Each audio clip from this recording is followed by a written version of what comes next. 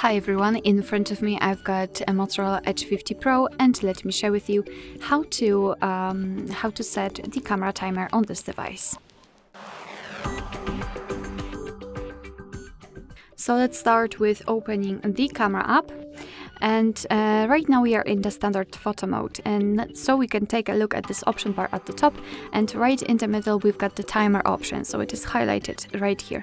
Right now it is crossed out, which means that we've got the timer turned off, so let's simply tap on this option, and as you can see in this device we've got 3 different options, so turned off, 3 and 10 seconds delay. So let me choose, for example, 10 seconds delay, just tap on the option, as I said 10, and as you can see the icon will immediately change, which means that we just successfully set the timer.